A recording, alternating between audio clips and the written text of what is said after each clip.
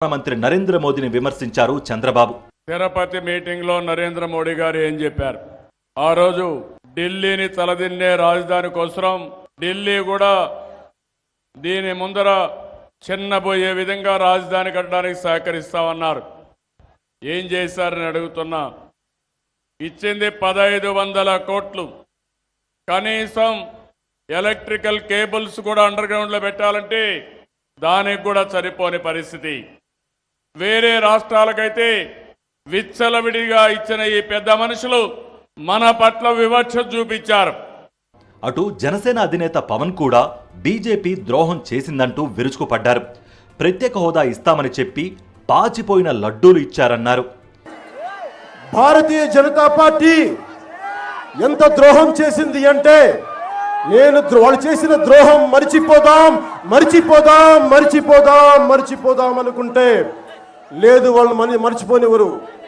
కాంగ్రెస్ పొట్టలో పడిస్తే, వెన్నుపోటు పడిస్తే మనం బీజేపీ దగ్గరికి వెళ్ళి కాంగ్రెస్ వాళ్ళు పొడిచారు, అయ్యా కొంచెం మమ్మల్ని రక్షించంటే వీళ్ళు పొట్టలో పడిచారు. అది ఇద్దరు చేసింది. రెండు జాతీయ పార్టీలు కలిసి జాతీయ సమగ్రత గురించి మాట్లాడే గొప్ప జాతీయ నాయకులు ఈరోజు రెండు రాష్ట్రాల్లో అస్థిరత క్రియేట్ చేసి సృష్టించారు.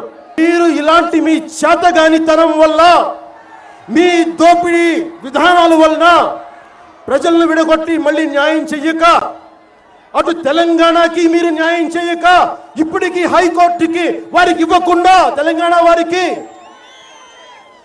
అలాగే సీమాంధ్రులకి మేము మీకు స్పెషల్ ప్యాకేజ్ ఇస్తాం, స్పెషల్ స్టేటస్ ఇస్తాం అని చెప్పి ఈ రోజున ఏమిచ్చారు? పాచిపోయిన 2 లడ్డూలు ఇచ్చారు.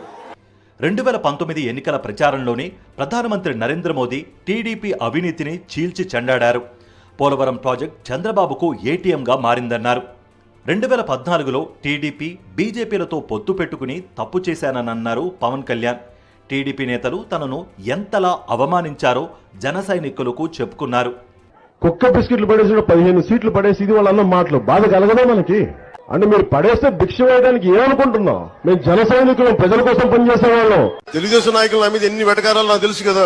వాళ్ళు ఎంత స్థాయికి వెళ్ళిపోయారంటే కొంతమంది, వాడు మేము ఉంచుకున్నాను వాడు పడుంటాడు ఇట్లా అంటే నా మీద. టీడీపీని బీజేపీ, బీజేపీని టీడీపీ, టీడీపీ బీజేపీలను జనసేన నోటికొచ్చినట్లు విమర్శించుకున్నారు. జీవితంలో వాళ్ల మొహాలు కూడా చూడమని శపథాలు చేసుకున్నారు. జనసేన, కమ్యూనిస్టులు, బీఎస్పీలతో చంద్రబాబు చెప్పినట్లు పొత్తు కడితే చంద్రబాబు కనుసన్నల్లో జనసేన సీట్ల పంపకాలు చేసింది. బీజేపీ ఒంటరి పోరుకు సిద్ధమైంది. అయితే 2014 ఎన్నికల్లో గెలిచిన తర్వాత ఈ 3 పార్టీల తీరుతెన్నులు నిశితంగా గమనించిన ఓటర్లు మూడింటిని చిత్తుగా ఓడించారు.